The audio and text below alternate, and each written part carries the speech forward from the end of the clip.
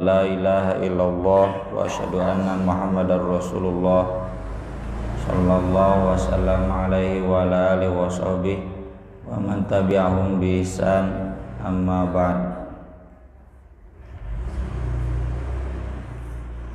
Kemarin membahas tentang ta'awudz dan membaca Al-Qur'an sebelum tidur. Berikutnya di sini ada satu bab yang Imam Bukhari tidak menuliskan tarjamahnya atau judulnya, dan sesudahnya membahas tentang bab ad-du'a nisfal lail, doa di tengah malam. Imam Bukhari biasa kalau tidak menulis judul bab, kemungkinan besar ditulis dulu tapi judulnya kemudian. Nah, ini mungkin terlewat, atau ini sebagai penghubung dari bab sebelumnya dan bab sesudahnya. Hadisnya dari Abu Hurairah radhiyallahu an qala an-nabiyyu sallallahu alaihi wasallam, idza awa ahadukum ila firashi, apabila salah seorang dari kalian sudah naik ke tempat tidurnya, falyanfud, maka bersihkanlah, kalau bahasa Sundana kebutan, firasyahu, kasurnya atau hamparannya, bidakhilati izzarihi, dengan ujung kain sarungnya. Bahasa orang apa di kebutan pakai sarung. Fa innahu la yadri ma khalafahu alaihi, maka karena sungguh dia tidak tahu apa yang telah menggantikan dia di atas kasur itu. Tentu bukan berarti harus dengan sarung, ini hanya wasilah saja, ku sapu nyere, ku bantal, ku guguling boleh. Yang jelas memang ya ngebutan kasur teh diperintah oleh Nabi. Kenapa? Karena siapa tahu ada apa-apa di atas kasur tersebut. Tapi yang dimaksud ada apa-apa di sini saya tidak menemukan satu penjelasan pun dari para ulama itu adalah jin, tidak. Dalam hadisnya mungkin min turab au qadah au hawam,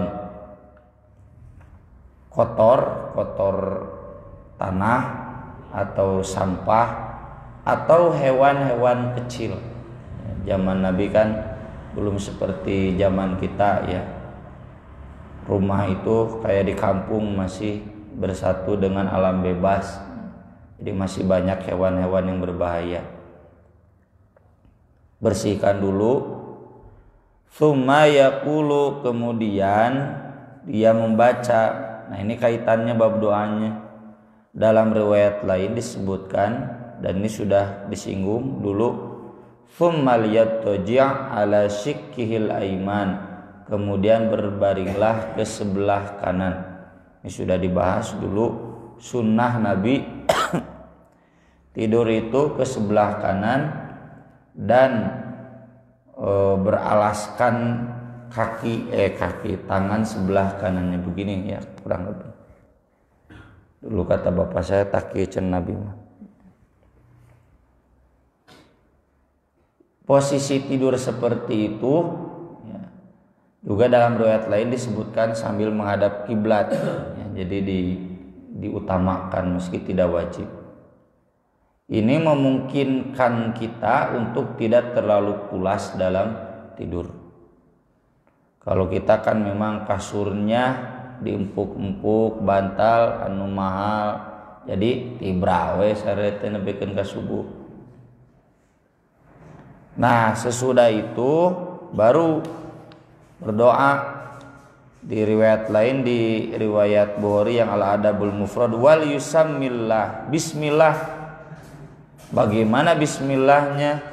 Bismika rabbi wada'tu janbi wa bika arfa'u in amsakta nafsi farhamha wa in arsaltaha fahfadha bima tahfadhu bihi ibadaka sholihin.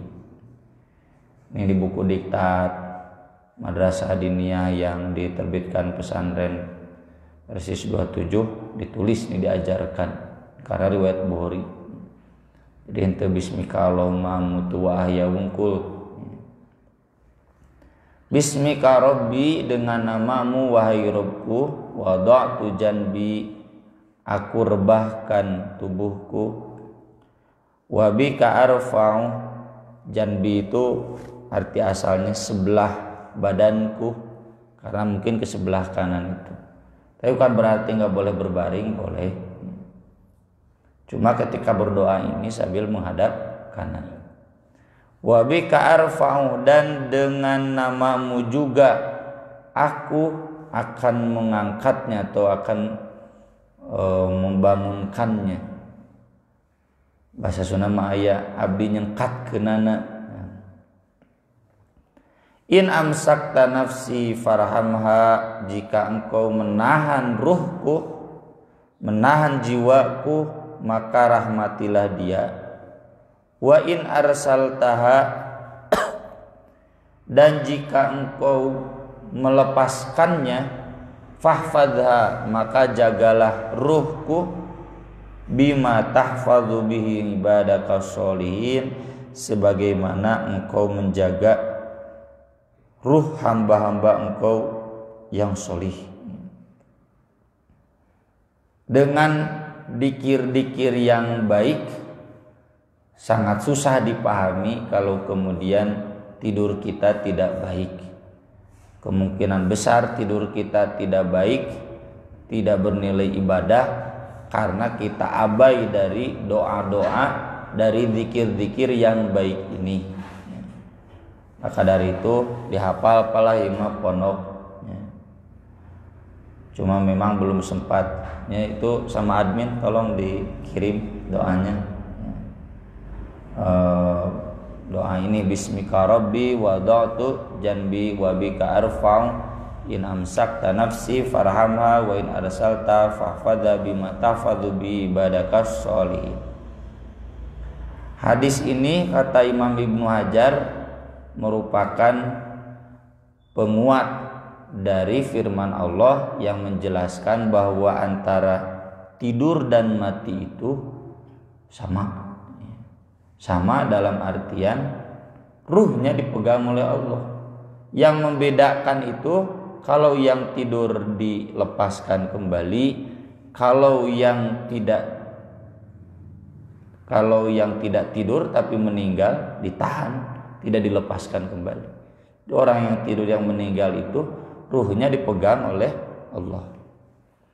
Ini juga jadi penjelas hadis-hadis sebelumnya di mana doanya bismika Allahumma amutu wa ahya. Karena memang tidur itu adalah batas antara mati dan hidup. Kalau kita ingin merasakan bagaimana mati, itulah tidur. Kan tidak terasanya dari awal malam lalu sampai akhir malam, terasa sebentar saja. Antara tidur kita yang bangun jam 12, jam 2 atau subuh, sakit tuh tidur. Ini juga menjadi ajaran ya dari Nabi kita Shallallahu Alaihi Wasallam agar tidur itu kita tempatkan, kita perlakukan seolah-olah kita akan mati. Jadi beda konsep antara konsep Islam dengan konsep Barat. Ya, kalau di Barat tidur itu segala-galanya. Seakan-akan kalau kurang tidur itulah ada sedikit sakit. Oh, karena kurang tidur. Jadi seakan-akan didoktrin tidur itu harus maksimal, kebluk, tibra. Itulah sumber kesehatan.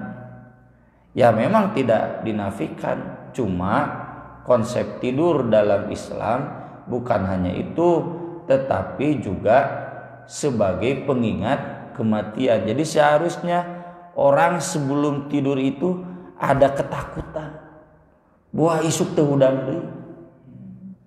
Tapi karena dikir ini kita abaikan, maka tidak terasa kita sebelum tidur akan mati. Mata jong-jong ya, bangun sampai kaberangan subuh ya, jauhkeun tahajud. Meski demikian, fakta ini, Al-Quran itu surat Az-Zumar, ayatnya di sini nggak disebutkan nomor ayatnya, bahkan tidak disebutkan juga ayatnya dengan lengkap.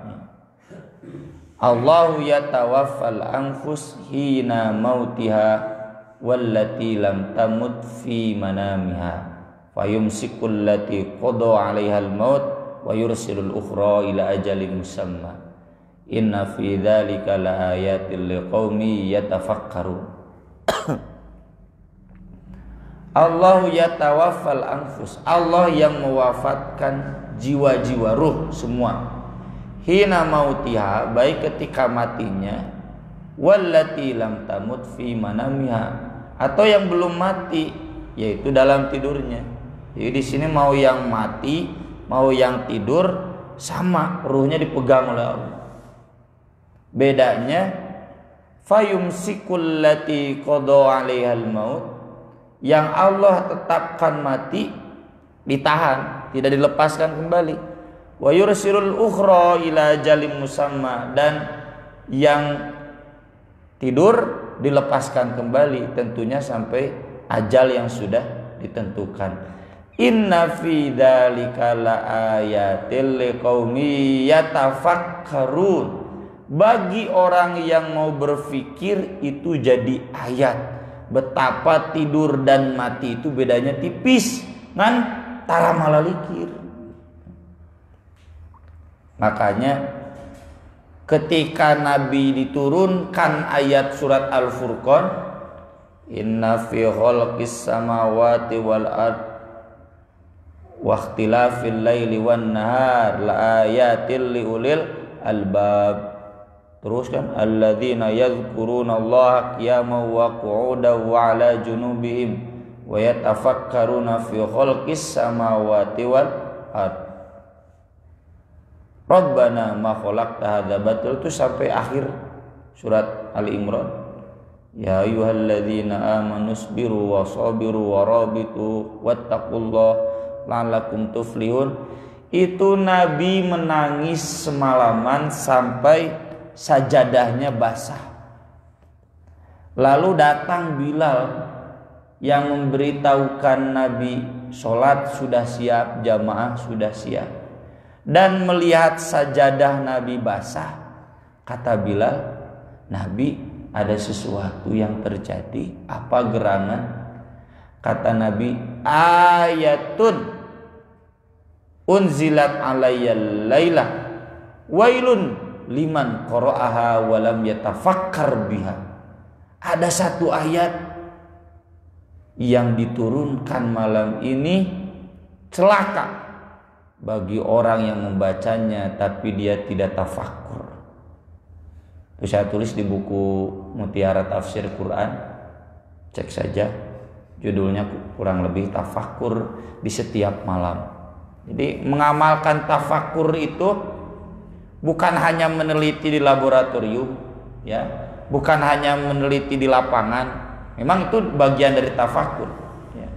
Meneliti di laboratorium, meneliti di lapangan, tapi juga mengamalkan tafakur itu Nabi bangun di malam hari, mengingat betapa tipisnya beda antara tidur dan mati. Maka dari itu nanti ada hadis-hadisnya, dzikir itu rutin Nabi baca hampir di setiap malam. Nah inilah nyambung hadis ini dengan hadis berikutnya, doa di tengah malam. Jadi Nabi itu disebutkan dalam riwayat lain, meski yang di sini belum disebut, Kalau tengah malam bangun, Ibnu Abbas sendiri yang sudah kita bahas hadisnya, yang bermalam di rumah bibinya istri Nabi, melaporkan bangun tengah malam lalu kadang keluar menengadahkan kepalanya ke atas. Mun bapak-bapak naik pak kaloteng di dia bisi teu katingali loba suhunan. Lalu membaca ayat tadi. Ada riwayat 2 ayat sampai Rabbana ma khalaqta hadza batila. Ada yang sampai Rabbana wa atina ma wa'adtana ala rusulika wa la tukhzina yaumal qiyamah innaka la tukhliful mi'ad. Ada yang sampai akhir. Jadi kadang 2 ayat gitu, kadang 4 gitu ya, 4 5 ayat, kadang sampai akhir. Ya ayyuhalladzina. Dan itu Nabi baca di tengah keheningan malam. Tapi ini tidak boleh dijadikan dalih, karena kita tahu juga Ali bin Abi Thalib sudah pernah kita singgung, digedorkan ke Nabi malam-malam. Ketika Nabi tahu parek minantu anak tidak sholat malam, ala tusollian. Ali kan berdalil dengan ayat ini, ruh kami kan ada di tangan Allah.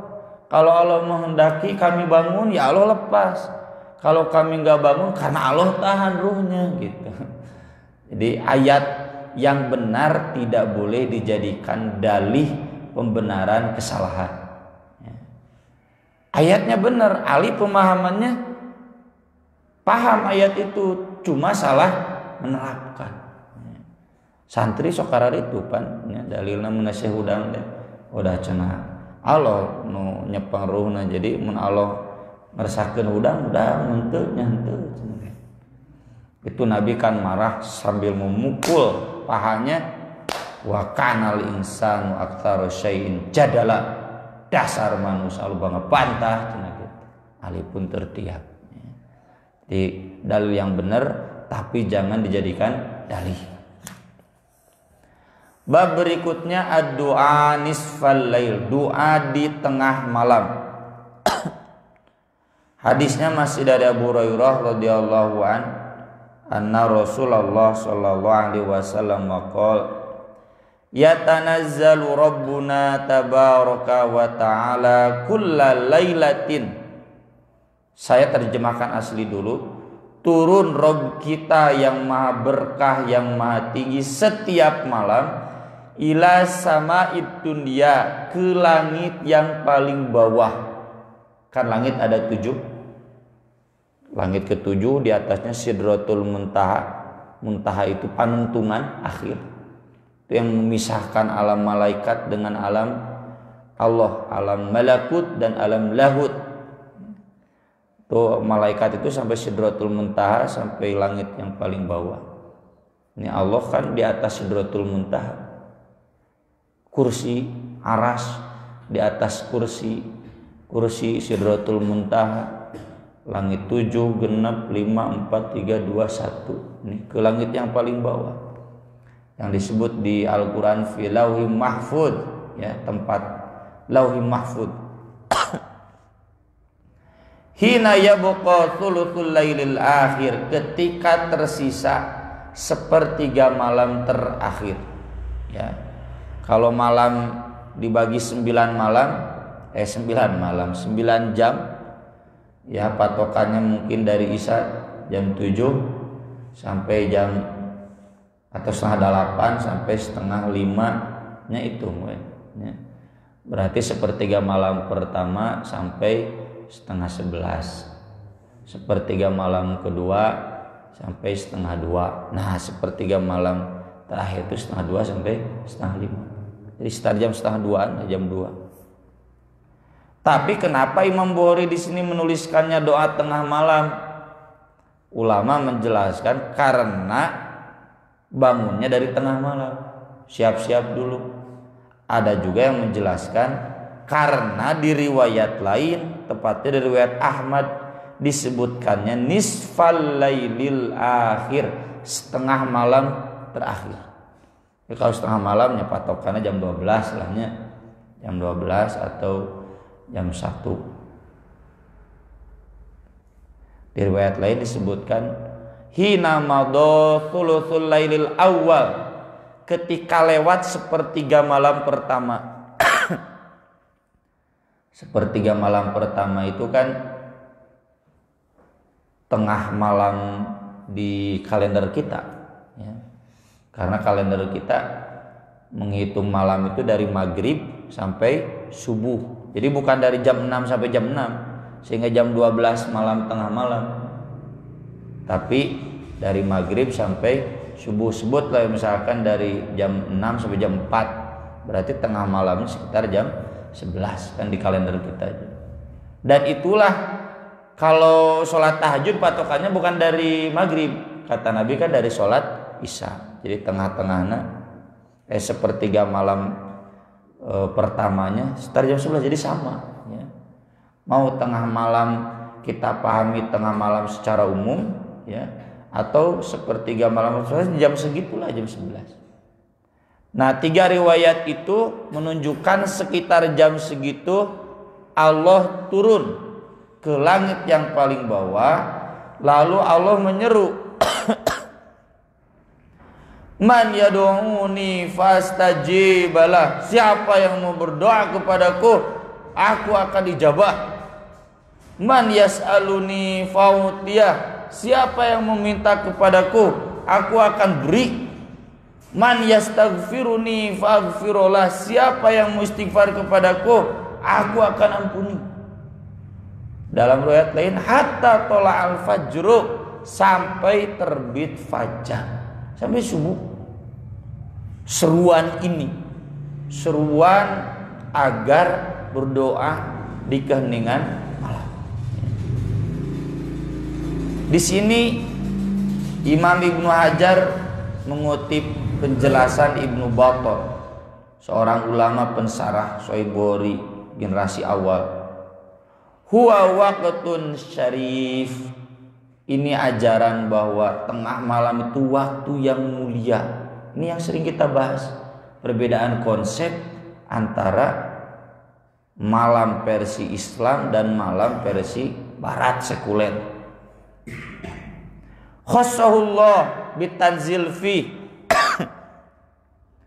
Allah mengkhususkan waktu malam, dia turun pada malam itu. Terlepas kemudian makna turun ini apakah Allah yang turunnya.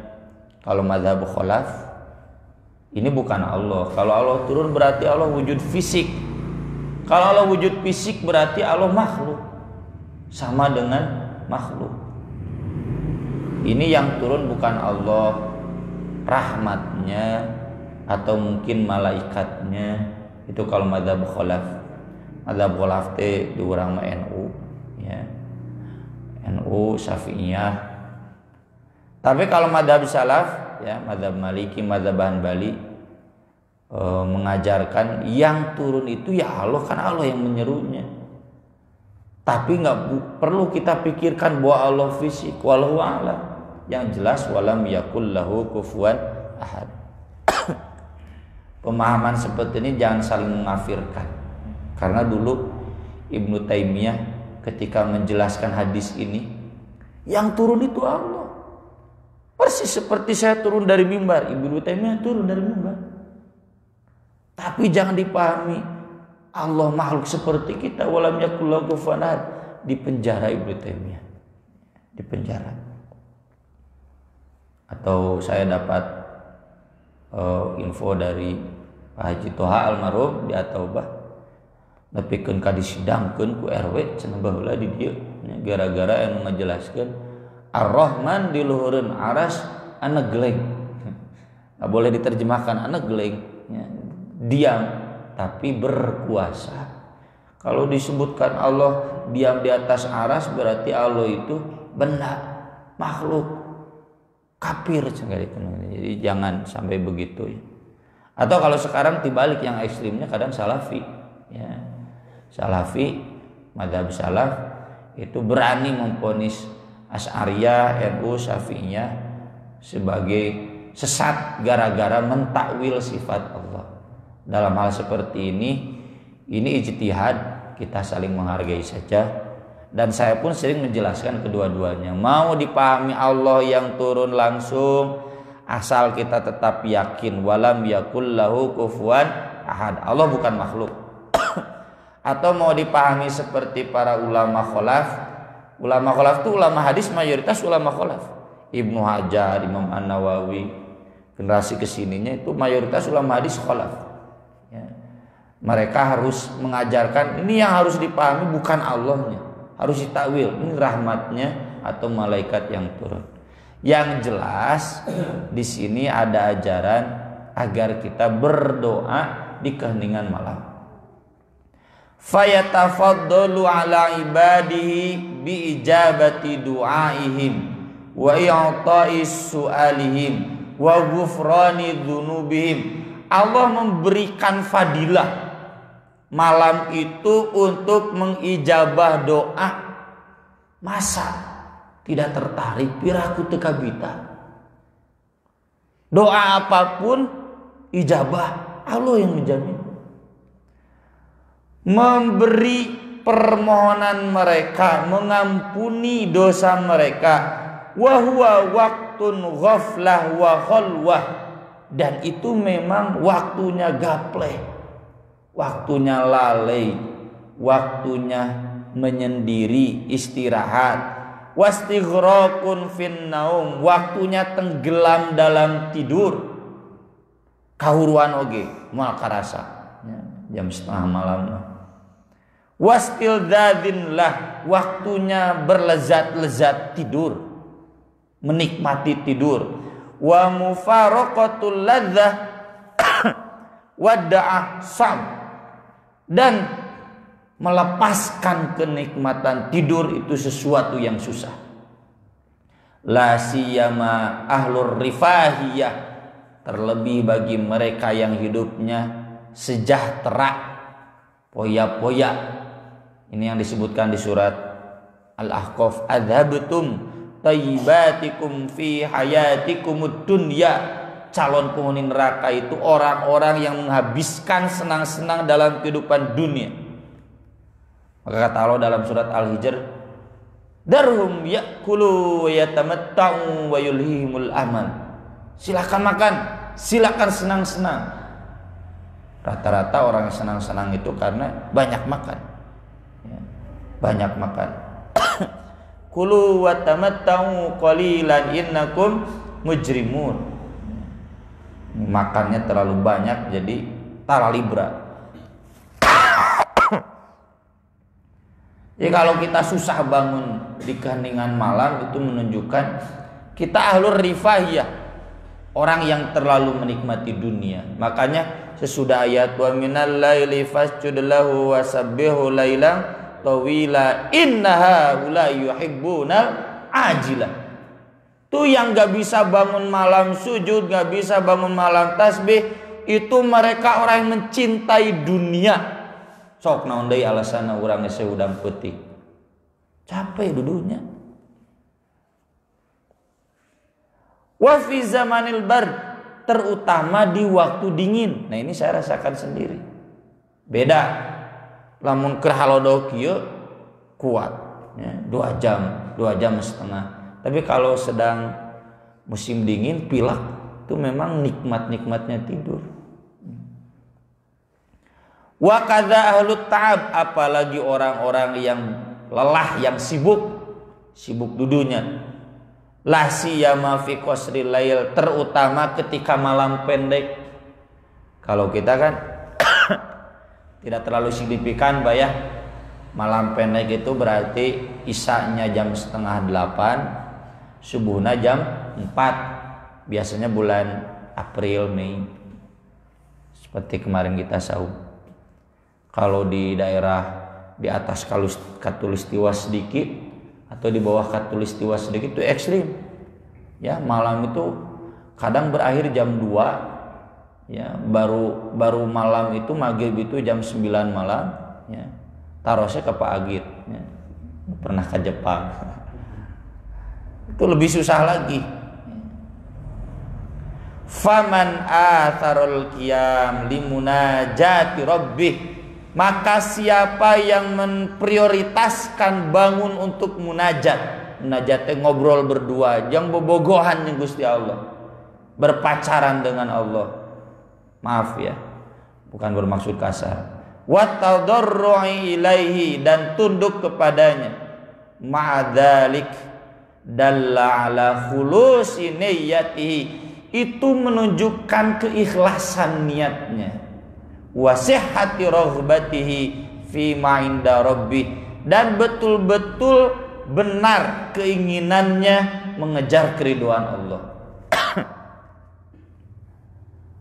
Falidzalika nabbaha Allah ibadahu 'ala du'a fi hadzal waqt.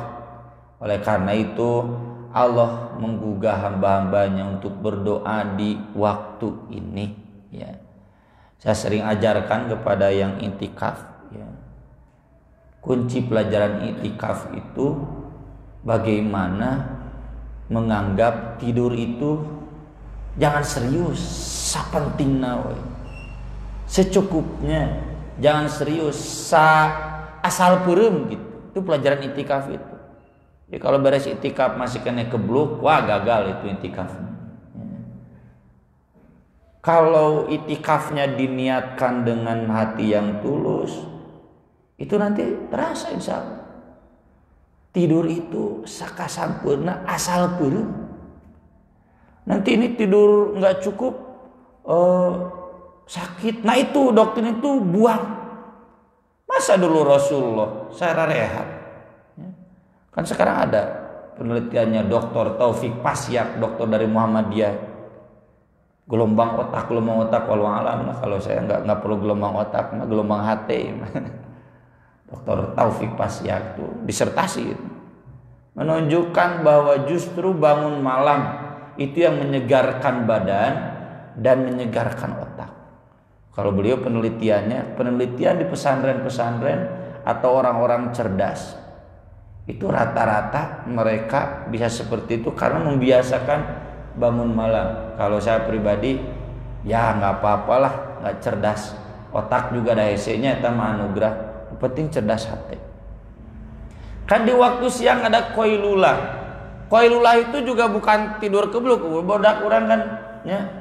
Puting begadang, borangna 2 poe, ti sare we gitu. Itu nggak ada manfaatnya. Makanya saya kalau di pesantren ustad-ustad baralaga meruli kopi, begadang, teresep ya. Itu bukan gaya hidup santri gitu. Meski ya boleh-boleh saja kali-kali. Da anger percuma. Apakah dengan air kopi itu begadang salat tahajudna lila dan teu anger we katungtungkeun mah talalibra, atau siangnya talalibra. Siang itu qailulah itu yang penting ngerejep gitulah ya.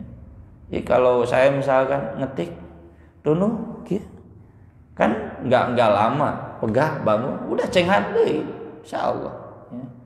Tidur itu kan teorinya juga 4-5 jam 6 jam kan. Kalau Nabi manajemen tidurnya ba'da isya tidur, sok ba'da isya mun tidur kita jam 8 6 jam, bangun jam berapa? Jam 2 cukup tuh kan teorinya 6 jam ya. Budak ABG unggul udah 8 jam ya, yang sedang puber, yang sedang peralihan 8 jam. Teorinya kan antara 4-6 jam cukup. Jadi jangan dijadikan lagi ya itu teori-teori barat seperti itu jadi dalih. Kita pakai teori Islam dan insya Allah apa yang sudah dilakukan Nabi, para sahabat, para ulama itu tegaring gitu ya. Atau contoh sekarang banyak ya. Saya dulu menjadikan panutan saya Ustaz Rahmat Najib ya. Ustaz Rahmat Najib sehat ya. Kalaupun ada sakit ya sakit memang takdir, bukan karena rajin ting sholat tahajud ya, tidak demikian. Sekian, mudah-mudahan bermanfaat. Aku qouli hadza wa astaghfirullah li wa lakum. Subhanakallahumma bihamdik asyhadu an la ilaha illa anta astaghfiruka wa atubu ilaik. Wa sallallahu ala nabiyyinal karim. Wassalamualaikum warahmatullahi wabarakatuh.